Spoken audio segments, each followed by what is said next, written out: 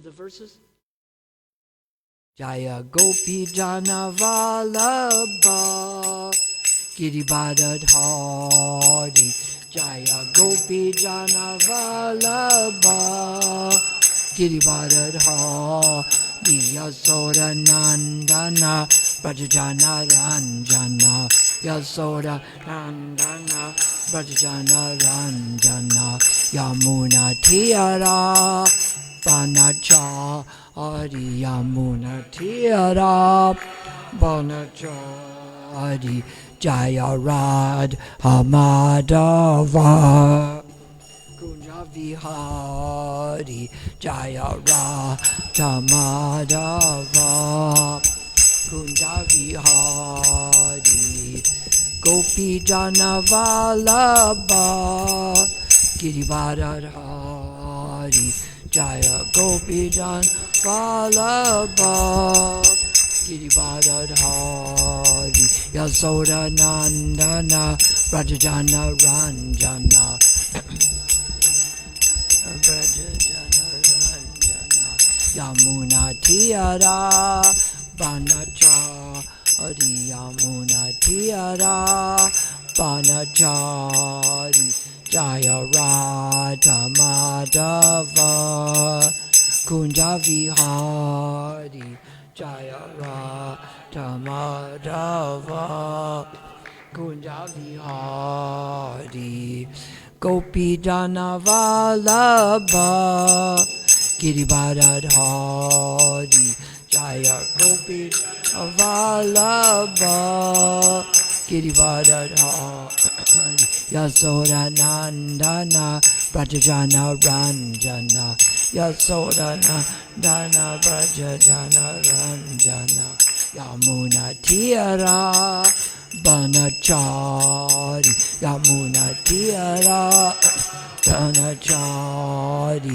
Jaya Radha Madhava Kunja Vihari. Jaya Radha Madhava Vihari. Gopi Jana Vallabha Giribadadhari.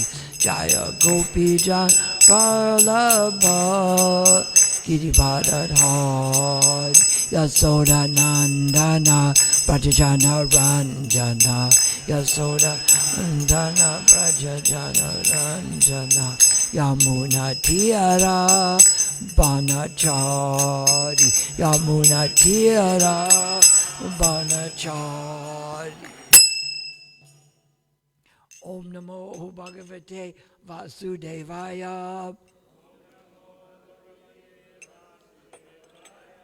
Om Namo Bhagavate Vasudevaya. Om Namo Bhagavate Vasudevaya. Om Namo Bhagavate Vasudevaya. So today we'll be reading from the 4th canto of Srimad Bhagavatam, the 14th chapter, the 15th verse, and then we will be discussing, remember these points, I'll ask you them, the cost to benefit analysis, the A word, and the benefit of the doubt. So when I ask you what 3 things to remember, see if you can remember one of those. Okay? So do you have them on sheets or phones or somewhere? First I'll read each word separately, then we will read the lines in repetition, and then after 3 times, some of you can try it. Dharma Archita Pumsam Van Manaha Kaya Buddhihi Lokan Visokan Vitarati Attanantayam Asanginam Dharma Archita Pumsam Vanmana kaya buddhihi lokan visokan vitarati atanancham asanginam dharma archita pumsam vanmana kaya buddhihi lokan visokan vitarati atanayantam asanginam dharma archita pumsam vanmana kaya buddhihi lokan visokan vitarati atanancham asanginam. Repeat.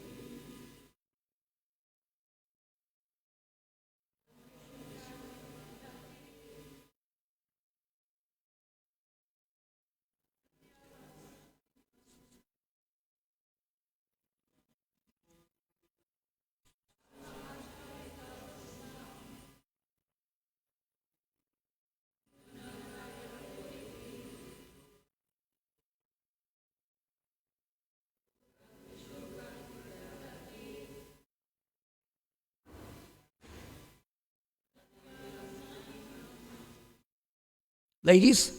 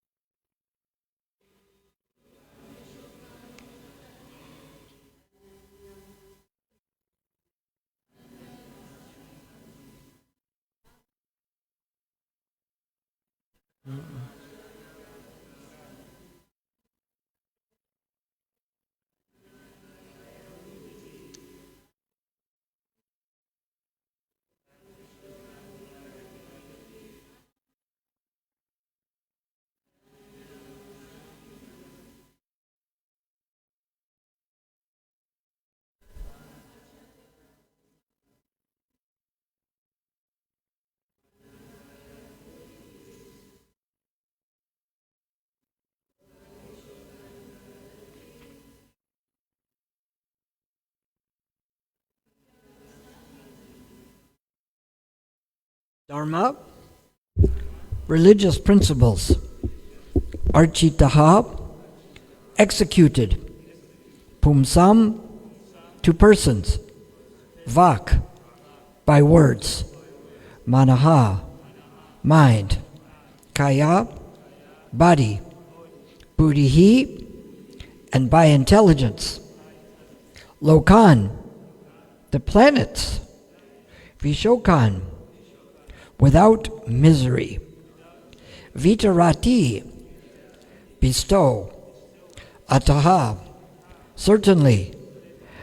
Antayam, unlimited happiness, liberation. Asanginam, to those free from material influence. Translation: those who live according to religious principles and who follow them by words, mind, body, and intelligence are elevated to the heavenly kingdom, which is devoid of all miseries. Being thus rid of the material influence, they achieve unlimited happiness in life. Purport by His Divine Grace A.C. Bhaktivedanta Swami Srila Prabhupada.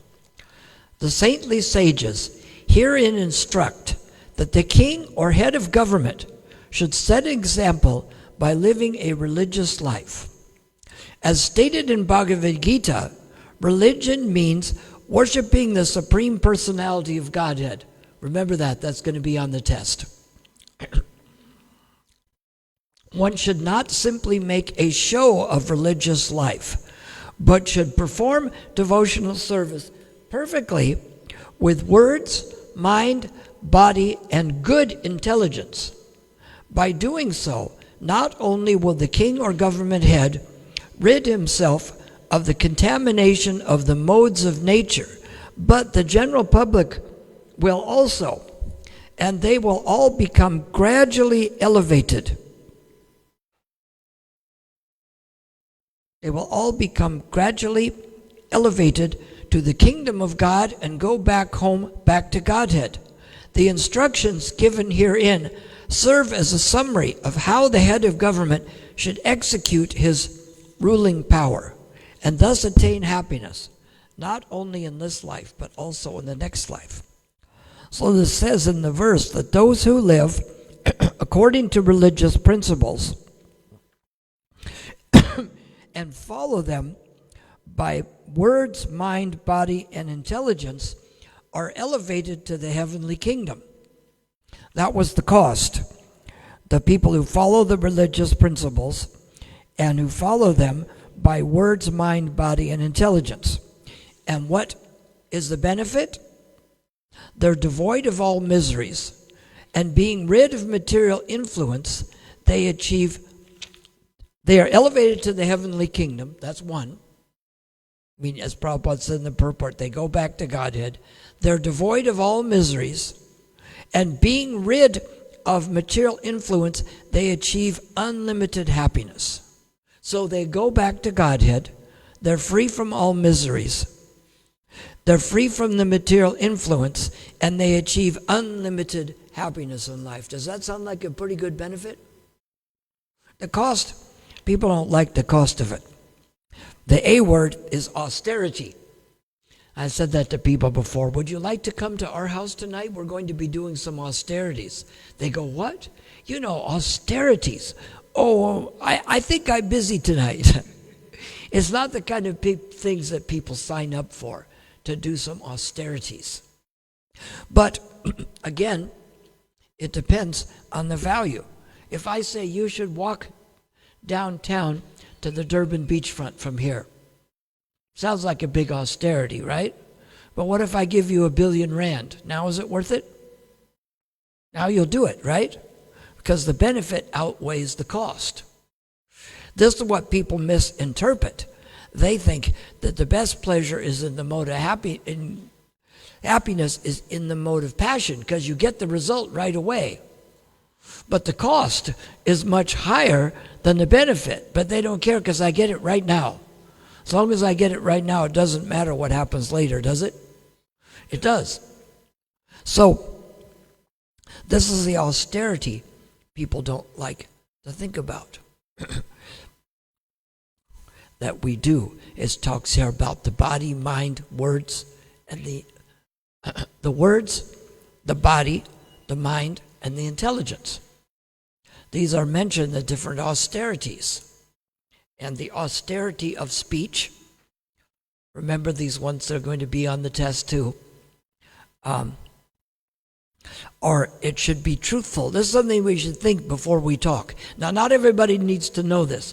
If you have like a vow of silence and you never talk to anybody, you never go on the email or send a letter, then you don't need to hear this. Anybody in that category, raise your hand. Anybody in that category? Anybody who never talks, please speak up and tell me so. Can't do that, can you? Because if you spoke up, then you automatically talk. So the first one is it should be truthful. Now see if you can come up with an argument against these, why it shouldn't be. It should be truthful. It should be pleasing. It should be beneficial.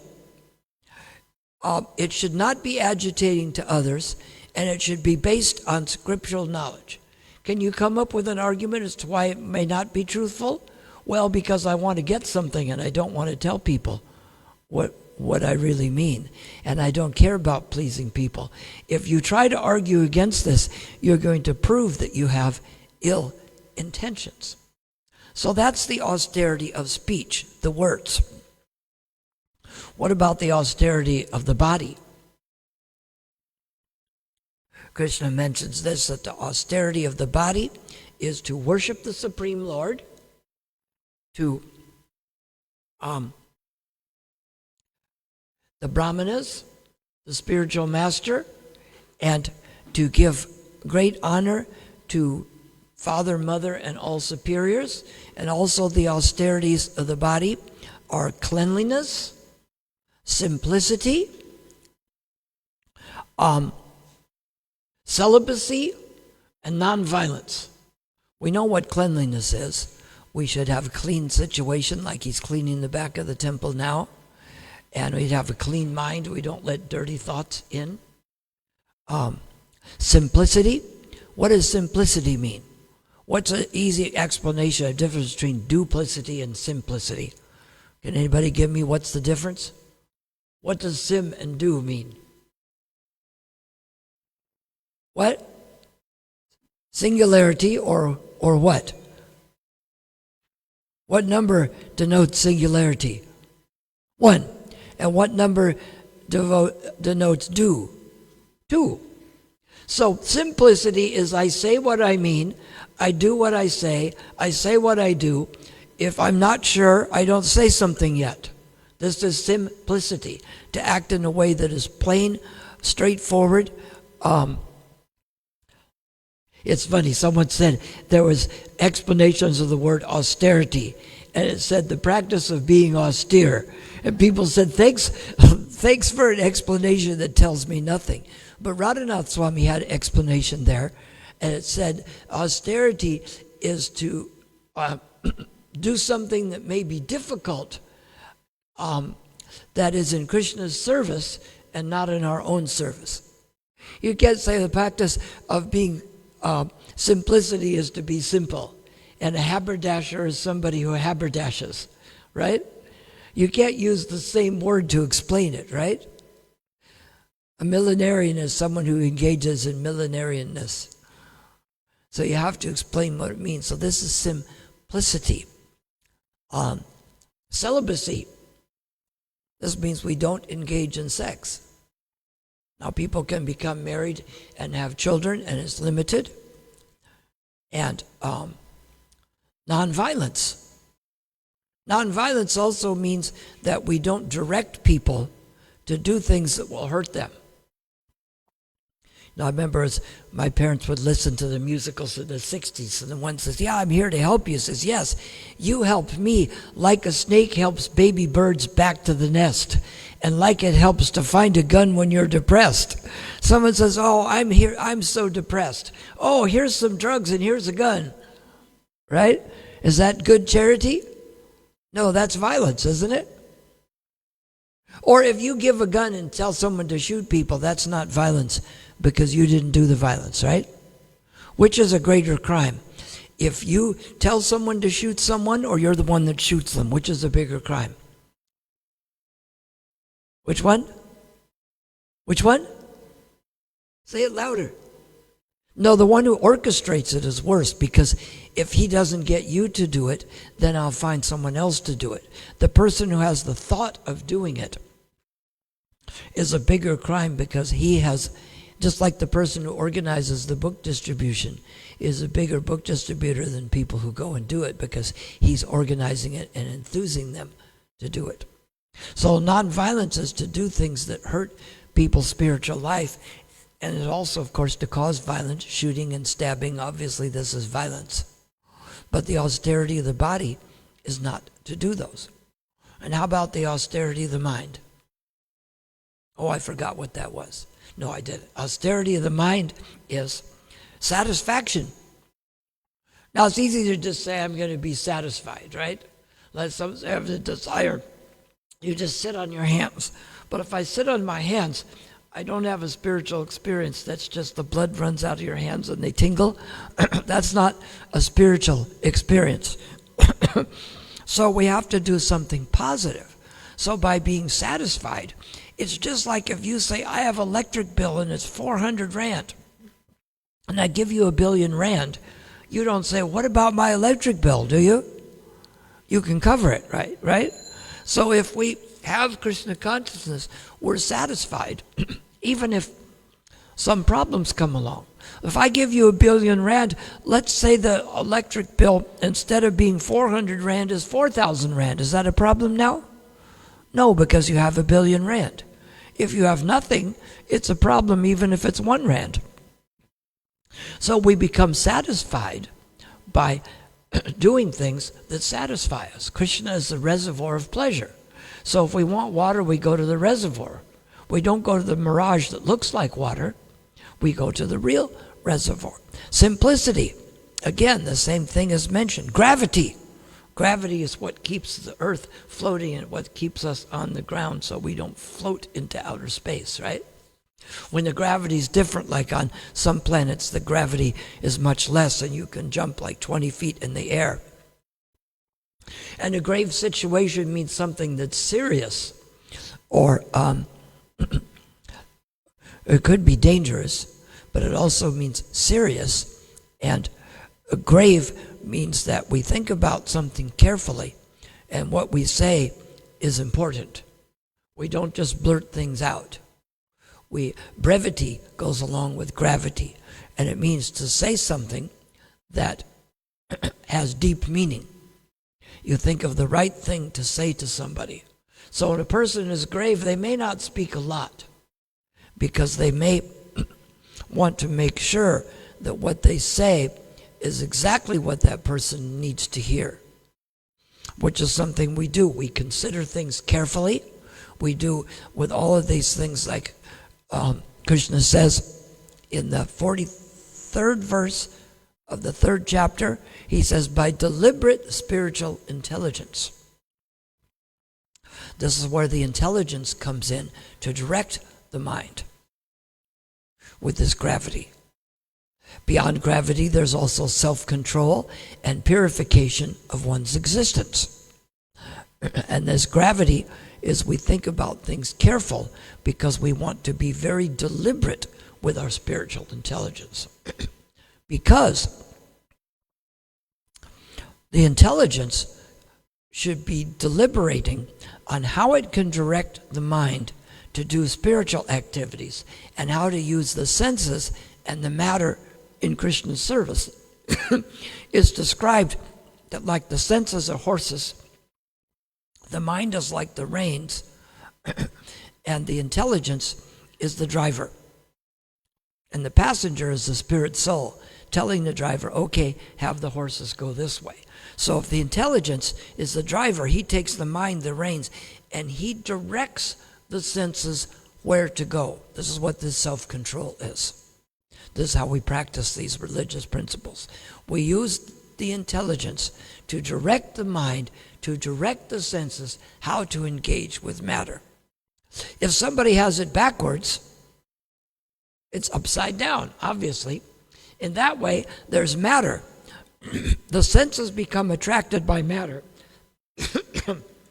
This probably never happened to any of you, so pay attention carefully. The senses are attracted by matter. Then the mind contemplates these. And then the intelligence figures out the ways and means to try to engage the senses in the service of matter. But that is like saying that the spirit soul, the passenger on the horse carriage, says to the driver, the intelligence, just let the reins go. Let the horses decide where they want to go and get them angry, right? So now you have the angry horses with no reins. Are you going to get where you want to go? With no direction?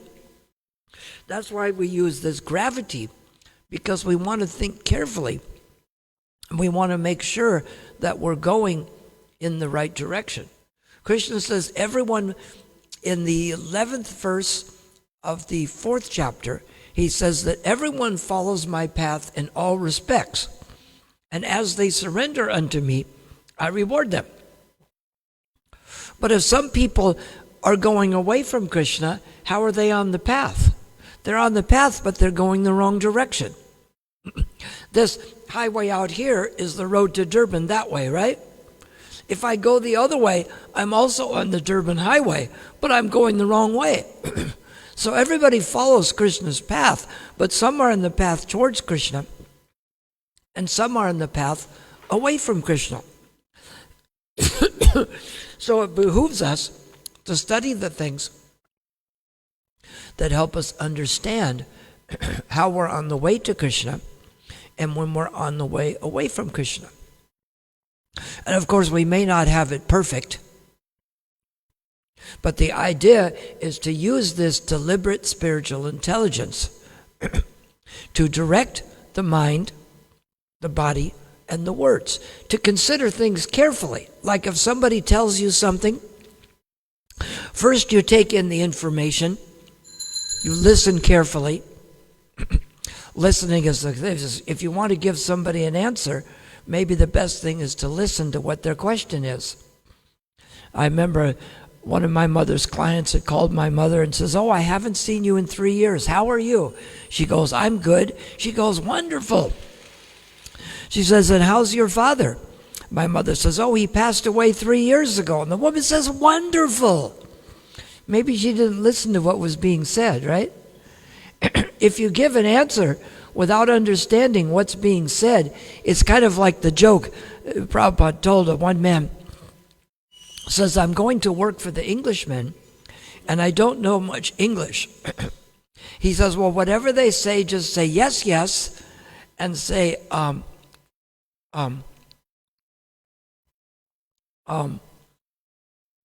what's it? And very good." So the man says, "Come," and said, "Did you steal the car?" He says, "Yes." He said, "Fine, then you're going to jail." He says, "Oh, very good." But maybe he should have understood what was being said before he answered. So we take the information in and we analyze it, and then with deliberate spiritual intelligence, we take the kind of action that we're sure is the right kind of action. We don't just take action and say things. If I'm going to say something, I put it to the test. Is it truthful? Is it pleasing? Is it beneficial?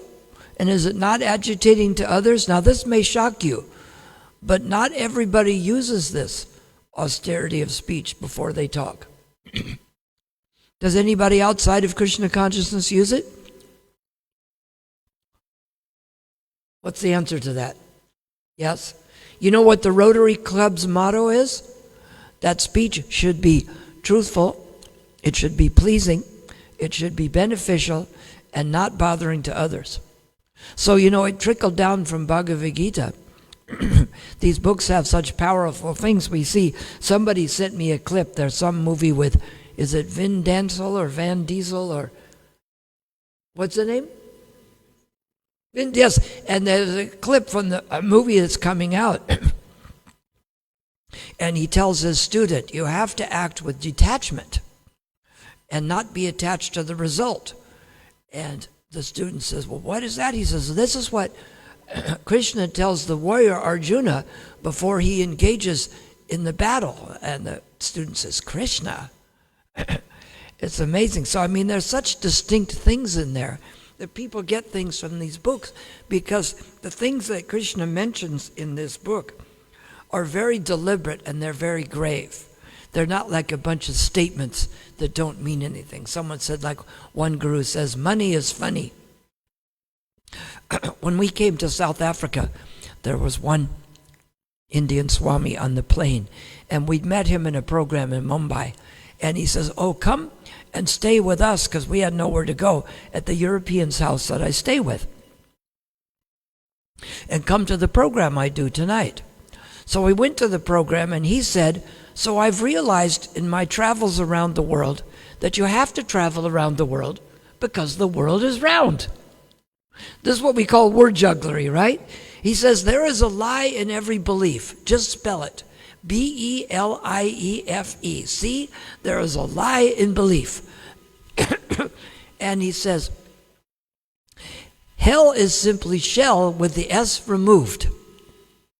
So these all sound cute, but what does it really mean? Right? Does it really tell you something? Hell is simply shell with the S removed. So you're in a shell. So they come up with things, but is it something you can actually use? You know, we have to brevity and make sure we say something somebody can use. My father used to say, you know, some people, when you ask them the time of day, they tell you how to build a clock. You have to try to listen to what the information is that people want and give them the simplest information, not say, okay, here's how you build a clock. Because when it's too long, it may not get right to the point.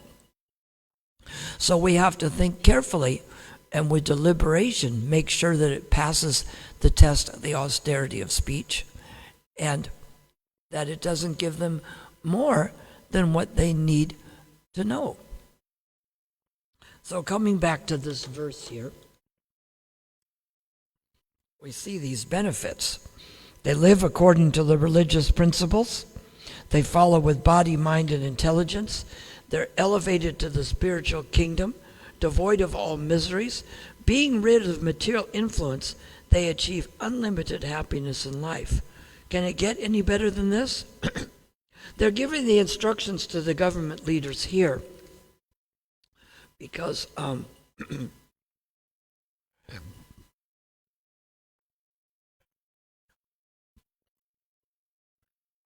the government leaders should know how to lead the people because generally they follow the example. The Protestant Reformation came along in the Christian church because the Catholics said that the Pope was infallible. But in the year 1500, they had a big celebration for the 1500th birthday of Christ. And the people came to Rome and did all kinds of debauched and degraded things. Well, if it's the 1500-year anniversary of Christ, why would they come and do debauched and degraded things? This is where the simplicity comes in here, with and the truthfulness in all three of those austerities, the speech, the body, and the mind, is that we have to do what ashram we're in. If someone is a celibate like the Pope was supposed to be, then they shouldn't be married. If someone is going to have children, then they should be married. Now, Pope Gregory, who was Alexander Borgia, he had illegitimate children, and then he and his son wanted to get rid of the husband of his daughter because they both wanted to be involved with her. So this is how Martin Luther said, you know, he's supposed to be a celibate monk, and instead he's engaging in the worst kinds of illicit sex. We should start our own church, and in that church, all the priests have to be married. So you find that with the Protestants, they're all married, and with the Catholics, they're unmarried. And in Krishna consciousness, do the priests have to be married or unmarried? Which is it? What's that?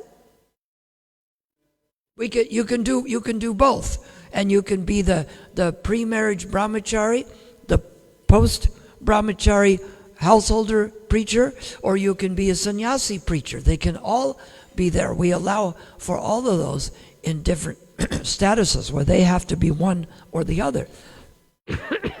Just because many people can't practice celibacy does not mean that no one can. And just because some people can doesn't mean they all can, and that we should force everyone to do it and not have any children. So that's not going to happen. So then we were talking here about the benefit of the doubt. Oh, but before that, we were talking with the leader why the people did debauched things. Krishna says that whatever the leaders do, other people follow. and they follow along with them. Like in the battles, the general who would go out in the front, there was the one General Patton. He would go out in the front and he would lead the fighting. And he was in North Africa because the first place America came in World War II was they went to North Africa to help the British drive the Germans out. And he drove to a spot and he says, this is where the Romans and the Carthaginians fought. The Carthaginians came from this side and the Romans came from that side, and here's what happened. Then someone said to him, General, you sound like you were there. He says, I was there. He says, God moves me from battlefield to battlefield. At the end of a war, I die and I'm reincarnated where another war will be, and I remember the past battles so that I can use all of these things in the future battles. At West Point, they have a book of battle strategies, and they're all by either Alexander the Great or Genghis Khan, but they reconfigure them for modern equipment.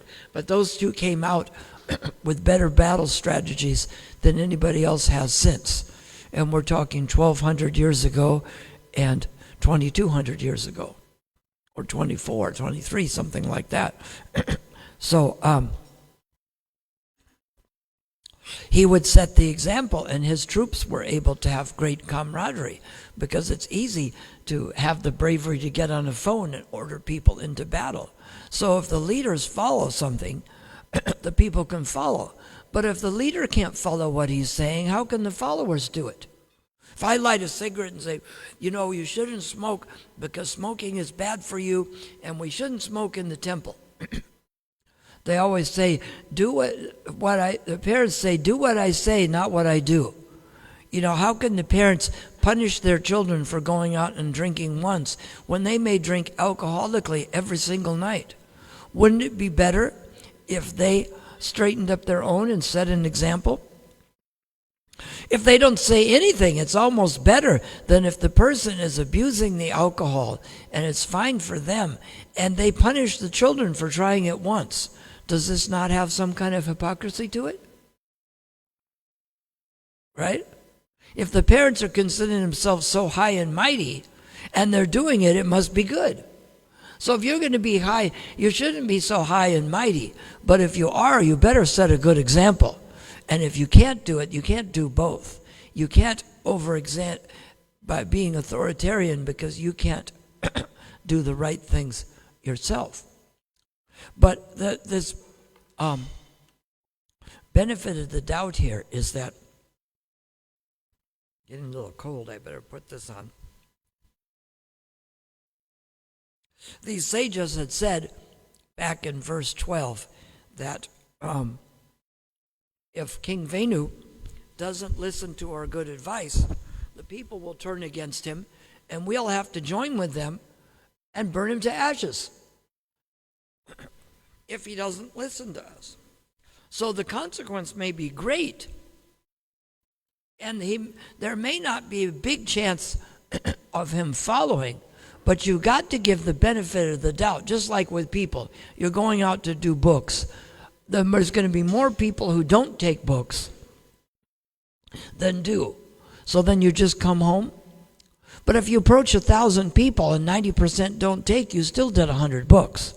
So you have to give them the benefit of the doubt first and see if they'll take it. So these sages are giving them all these benefits. And you're looking at how great these benefits are. Now maybe he'll take to these benefits. And if they're showing how great these benefits are and they don't take to it, it's like if I tell you I want you to work here at this temple and I'm going to pay you 1,000 rand an hour, and then you don't do it, I can pretty well conclude that you're not serious about working, can't I? If I just said you're not allowed here without giving you a chance, maybe I don't know. But when they show how great the benefits are, if King Venu doesn't take to it after hearing this verse, that you have to be religious with your body, mind, words, and intelligence, and the result, the benefits are that you're free from material miseries, You don't take birth again. You have unlimited happiness, and you go back to the spiritual world. Now, if he doesn't listen to these benefits, you can pretty well determine that he's not serious about doing the right thing no matter what, can't you? So by giving him the chance, it proves one way or another. You have to give him one last chance. And then if it doesn't do it, and this is the same thing we do with people doing books, or even with devotees. If devotees are having some difficulty, we try to engage them to the best of their ability. And we realize that even though there's certain goals, it's like Prabhupada says, it's a long road from the beginning of Karma Yoga to the end of Bhakti Yoga. So even though the end is pure devotional service, we may get people started as an easy point. Like Prabhupada says, we go in like a needle, out like a plow. When Magrari the hunter was half killing the animals, Narada Muni, of course, wanted him to be a pure devotee. But what was the first thing he said to him? Anybody remember? What did Narada Muni say to Magrari the hunter? What's that? No, that was the second thing. What was the first thing he said? Just don't half kill them, completely kill them. Doesn't sound like a lot, but if you can't get them to do something simple, you're not going to get them to do the hard thing. Just like when you're distributing books. If you say, do you have a couple minutes of your time? If they say no, they're not going to listen to you or part with money. You start with something simple to give them. You go in like the needle and out like a plow. And we do this. If devotees have had some difficulty, say someone's initiated and they go away for years. Say they haven't been involved here for 10 years and they haven't chanted at all. If they come back and say, I'm coming back now and I'm chanting 8 rounds. Do we tell them that's good, or you're a failure because you're not doing all 16? How should we deal with them? Anybody have an idea? What do we do? Yes, you have to be happy with what thing they've done, because we want to see where they've come from. Like if the one person was a horrible meat eater, and he says, I've given up meat and fish, but I still eat eggs. Then that's good, right? They're not initiated.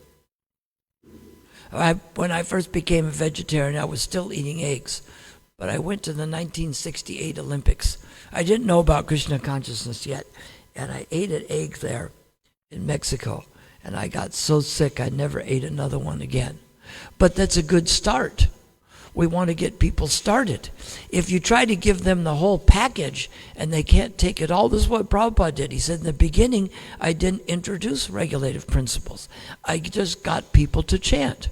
So we have to know what the end goal is, but we have to encourage people to want to do it. If they want to follow the things when they go home, no one else is going to influence them. So we have to try to encourage people and have their best interest at heart. Even though we know what the ultimate goal is, if they're working back towards that, we have to be happy. There's one girl had come to the temple who I knew, and she wasn't that familiar, and she says, I'm in big anxiety. And she goes, I really don't know what to do. What do you do when you're in anxiety? So I said, well, let me show you. If you buy these beads, I chant on the beads, and when I chant Hare Krishna, Krishna Krishna, Hare Hare, Hare Rama, Rama Rama, Hare Hare, it relieves me of the anxiety. And she goes, I'll buy a pair of those and I'll try chanting. And one person came to me, what did you tell her? I said that, just what I said, that she wanted to know about how you get out of anxiety. And I said that you do the chanting of the holy names. It helps. And he said, well, did you tell her that if she doesn't follow all the regulative principles, it's of no use and it won't do her any good? I said, no. I want to get them started. You have to think how Prabhupada, even though that may be the goal, if someone's willing to try it, do you want to make it too difficult for them? Even though ultimately that's where you want them to get to? you get them started. So that's why Prabhupada says we go in like a needle and out like a plow. We get people started, even though certain things are there, and we talk about a principle issue. Like if someone lights a cigarette outside, do I say, hey, stupid, you can't smoke? Or you say, I'm sorry, smoking is not allowed on the property. Which one is it? It's the principle of smoking. I can't say, hey, you can't smoke, but I'm initiated Brahmin, I'm allowed to. Because that's what it sounds like. Right? Like if the pujari says, hey, you can't go behind the altar, that's true because they can't and they can. But in many of these, it's a principle issue. It's not the personal issue. So we have to see in this how these sages gave the King Venu the benefit of the doubt, told him all the benefits he could get. And if he listens to it, that's fine. He can still be the king. But if he doesn't, then they may have to take some other action. But we have to try first. Okay, items that were on the test. What are the benefits given in this verse? Does anybody remember what some of them are?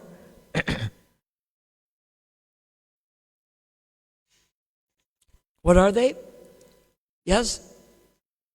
Say it louder. We need the microphone. Where's the microphone? We'll see if you can come up with benefits.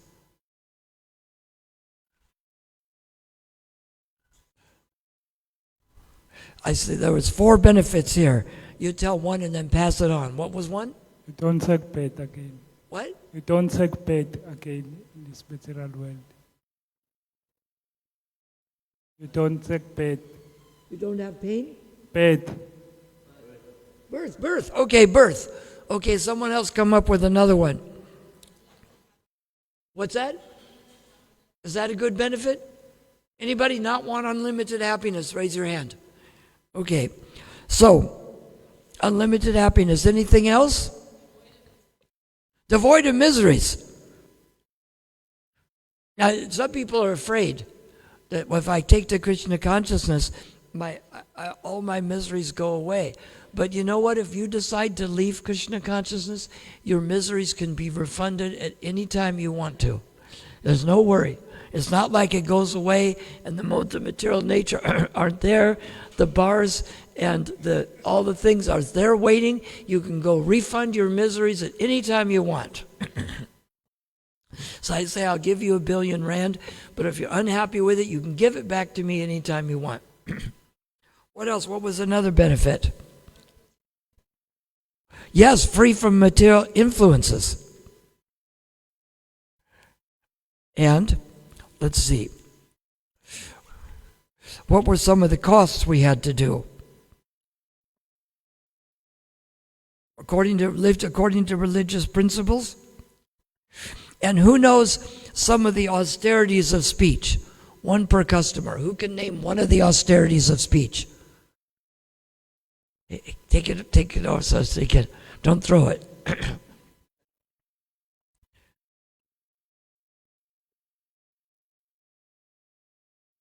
Please, what is it?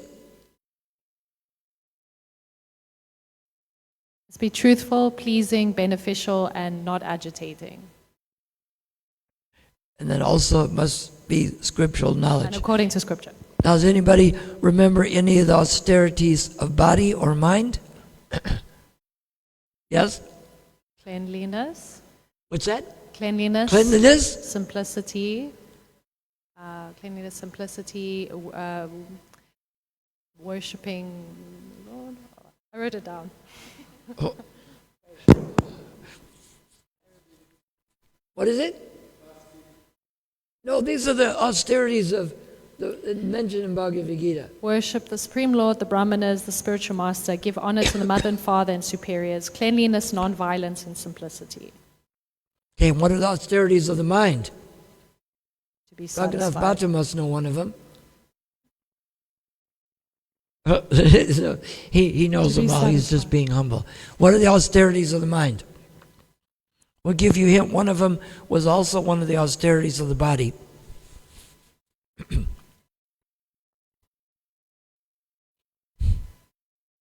Austerity of the mind to be satisfied. Satisfied. And the other one, I'll give you the hint, it's not the one that's two. Simplicity. Simplicity. Okay, what else? It keeps the earth in orbit. What's that called? Gravity. And what else?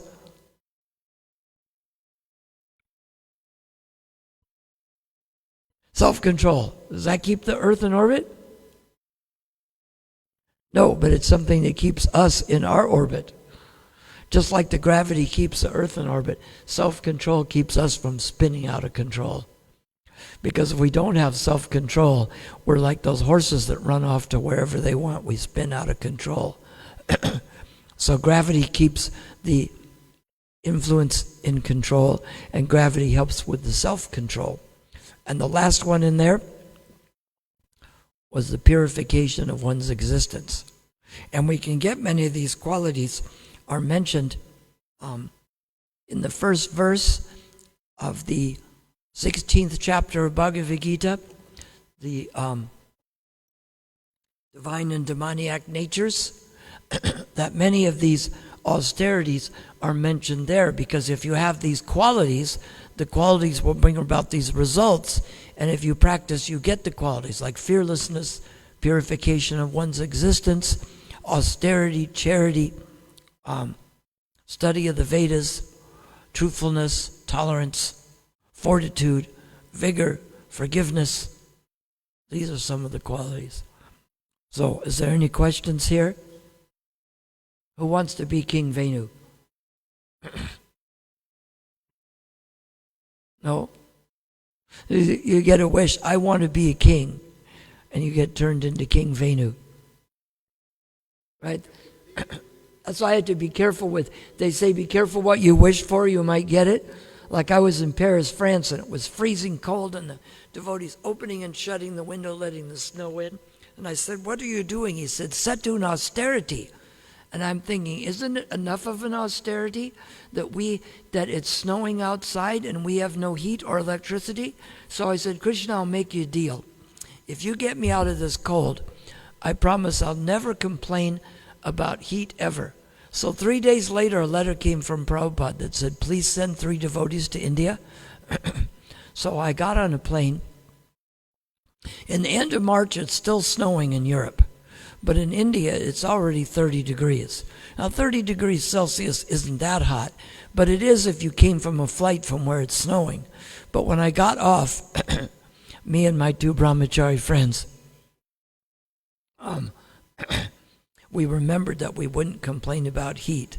My one friend said, I got to find a bathroom and do something quickly. I said, what? He says, I got to get my long underwear off, because you wear the woolen underwear underneath your, the big thick, the thermal stuff underneath, because it was so cold when you'd go out on Harinama, you'd wear that. And when you're in 30 degrees, you don't feel very comfortable with that. But if we chant Hare Krishna and we serve, like this verse says, we're free from all what? What are they called? Miseries? Who wants miseries? Can miseries be refunded when you want them to? They're always waiting for you. Sometimes they even try to call you back. Come back, we're waiting for you. But they're like a friend that used to come over and you'd feed him and they'd cause trouble. So you stop feeding him, he doesn't come over, and he calls and says, can I come over and have a meal? Do you invite them back when they have a meal? So we have to be careful not to let these miseries come back. All right. Hare Krishna.